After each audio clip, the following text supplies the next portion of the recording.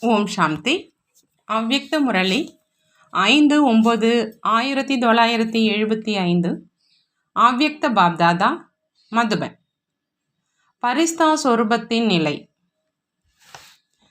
Barista சொரூபத்தின் நிலையில் எப்பொழுதும் நிலைத்திருக்கிறீர்களா அப்படின்னு பாப்தாதா கேட்குறாங்க.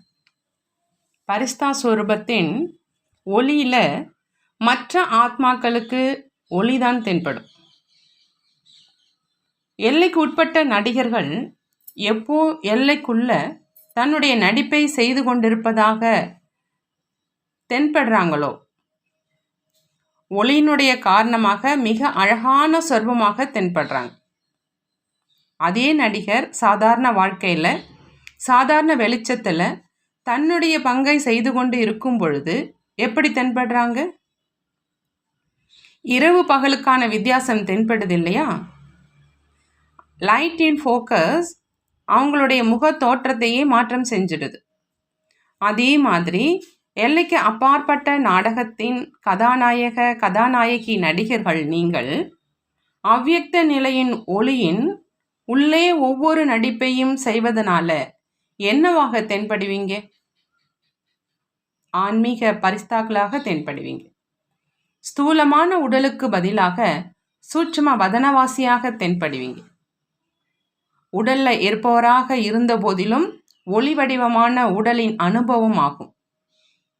ஒவ்வொரு நடிப்பும் ஒவ்வொருவரையும் இயல்பாகவே கவர்ந்து இழுக்கக்கூடியதாக இருக்கும். எப்படி இன்றைய எல்லைக்குட்பட்ட சினிமா அல்லது நாடகம் கலியுக மனிதர்களை கவரும் முக்கிய கேந்திரமாக இருக்குது. தவிர்த்துவிட விரும்பினாலும் மற்றும் பார்க்க விரும்பாவிட்டாலும் கூட எல்லைக்கு உட்பட்ட நடிகர்களுடைய நடிப்பு தன் பக்கம் இழுத்துடுது இல்லையா? ஆனால் அதற்கான ஆதாரம் ஒளி. அதே மாதிரி இந்த கடைசி நேரத்தில் மாயானுடைய கவர்ச்சி மிக அதிக அளவு ஆன பிறகு முடிவு ஏற்படும் பொழுது எல்லைக்கு அப்பாற்பட்ட கதாநாயக நடிகர்கள் யார் எப்பொழுதும் புள்ளி சொரூபத்தில் நிலைத்திருந்து புள்ளி வடிவமான தந்தையோடு ஒவ்வொரு பங்கையும் நடிக்கிறவங்க மற்றும் தெய்வீக ஜோதி சொரூபமானவங்க, அவங்களுடைய மனநிலையும் லேசானது. மேலும் மேடையில் ஒவ்வொரு நடிப்பினுடைய பங்கும் லைட்டில் தான் இருக்குது. அதாவது யார் டபுள் லைட் பரிஸ்தாக்களாக இருக்கிறாங்களோ அவங்க ஒவ்வொரு ஆத்மாவையும் இயல்பாகவே தன் பக்கம் கவருவாங்க. இன்றைய உலகத்தில் டிராமாவை தவிர பரிஸ்தாக்களினுடைய கண்களைப் போல கவரக்கூடியவை என்று சொல்லும் அளவுக்கு வேறு என்ன இருக்குது? டிவி. எப்படி டிவி மூலமாக இந்த உலகத்தின் பலதரப்பட்ட காட்சிகளை பார்த்து கொண்டிருப்பதனால அநேகர் அவற்றில் கவரப்படுறாங்க. அதாவது கீழே விழும் கலையில் செல்றாங்க. அதே மாதிரி பரிஸ்தாக்களினுடைய கண் தெய்வீக தொலைக்காட்சியின் காரியத்தை செய்யும். ஒவ்வொருவருடைய கண்கள் மூலமாக இந்த உலகத்தை மட்டுமல்லாமல் 3 உலகத்தினுடைய தரிசனம் செய்வாங்க. அதே மாதிரி பரிஸ்தாக்களினுடைய நெற்றியில பிரகாசித்து கொண்டிருக்கும் மணி ஆத்மாக்களை சர்ச் லைட் மற்றும் லைட் ஹவுஸிற்கு சமமாக தன்னுடைய சொரூபம், சுய மார்க்கம் மற்றும் உயர்ந்த லட்சியத்தினுடைய தெளிவான காட்சிகளை காண்பிப்பாங்க.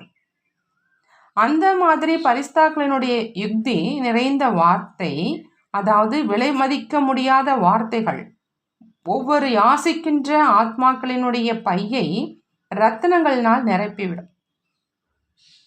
தேவதைகள் கூட பக்தர்களின் மேல் மகிழ்ச்சி அடைந்து பூக்களினுடைய மழை பொழியிறாங்க அப்படின்னு வர்ணனை இருக்கு.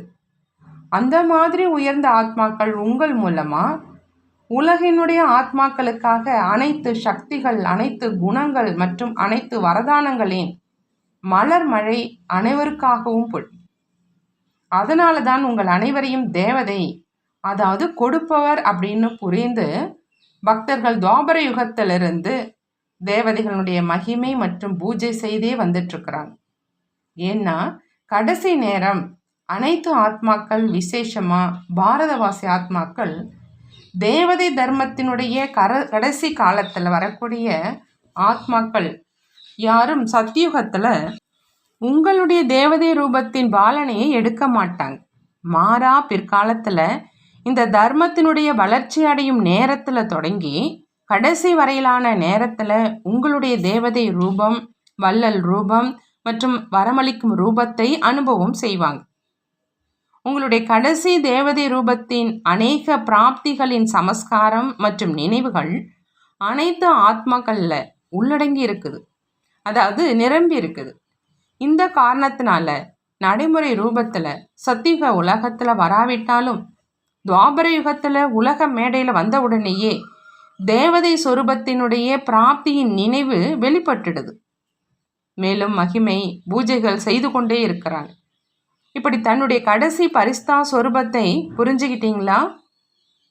அந்த மாதிரி எல்லைக்கு அப்பாற்பட்ட நடிகர்கள் தானாகவே தன் பக்கம் கவர மாட்டார்களா?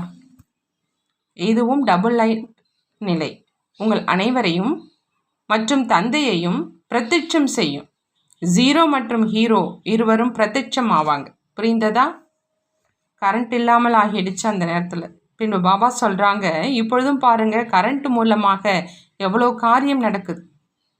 இப்பொழுது கூட உங்கள் அனைவரையும் கவரக்கூடிய பொருள் லைட், அதாவது கரண்டின் ஆதாரத்தில் அது இருக்குது இல்லையா? நல்லது. அந்த மாதிரி எப்பொழுதும் ஜீரோவுடன் ஹீரோ பங்கை செய்யக்கூடிய, எப்பொழுதும் கொடுக்கக்கூடிய தேவதா சொரூபம், உலகத்தில் தன்னையும் மற்றும் தந்தையையும் வெளிப்படுத்தக்கூடிய, உலகின் அனைத்து ஆத்மாக்களின் அனைத்து மன விருப்பங்களை நிறைவேற்றக்கூடிய அந்த மாதிரி பரிஸ்தாக்களின் உலகத்தில் இருப்பவர்களை மற்றும் பரிஸ்தாக்களின் உலகத்திலிருந்து விலகி இருக்கக்கூடிய குழந்தைகளுக்கு பாப்தாதாவின் அன்பு நினைவுகள் மற்றும் நமஸ்காரம். நாமும் நம்மளுடைய பாப்தாதாவுக்கு அன்பு நினைவுகள் மற்றும் நமஸ்காரம் செய்வோம். வரதானம்: தன்னுடைய தொழிலின் நினைவு மூலமாக மனதை கட்டுப்படுத்தக்கூடிய ராஜயோகி ஆகுக. ராஜயோகி ஆகுகிற வரதானம் பாபா கொடுக்குறாங்க. ராஜயோகியாக ஆகணும் அப்படின்னா மனதை கட்டுப்படுத்தணும். தன்னுடைய தொழிலினுடைய நினைவின் மூலமாக மனசை கட்டுப்படுத்தணும். அவங்க தான் ராஜயோகியாக ஆகலாம். அமிர்த வேலை மற்றும் முழு நாளில் இடையிடையே தன்னுடைய தொழிலை நினைவில் கொண்டு வாங்க. ராஜயோகியினுடைய ஆசனத்தில் அமரக்கூடியவராக இருங்க. ராஜயோகி அப்படின்னா ராஜா. அவங்களிடத்துல கட்டுப்படுத்தும் மற்றும் ஆளுமை சக்தி இருக்குது. ராஜயோகி அப்படின்னா ராஜா, அவங்க இடத்துல கட்டுப்படுத்தக்கூடிய சக்தியும் ஆளுமை சக்தியும் இருக்குது. Controlling power and ruling power. அவர் ஒரு நொடியில் மனதை கட்டுப்படுத்த முடியும். அவங்க ஒரு பொழுதும் தன்னுடைய எண்ணம், வார்த்தை, செயலை வீணானதாக இழக்க முடியாது. ஒருவேளை விரும்பிய போதும் வீணானது வந்துடுச்சு அப்படின்னா அவங்கள ஞானம் நிறைந்தவர் மற்றும் ராஜா அப்படின்னு சொல்ல மாட்டோம். ஸ்லோகன்: சுயத்தின் மேல் ராஜ்யம் ஆளுமை செய்பவர்தான் உண்மையான சுயராஜ்ய அதிகாரி. சுயராஜ்ய அதிகாரியாக இருக்கிறவங்க சுயத்தின் மேல் ராஜ்யம் ஆளுமை செய்வாங்க. நல்லது. ஓம் சாந்தி. நன்றி பாபா. நன்றி.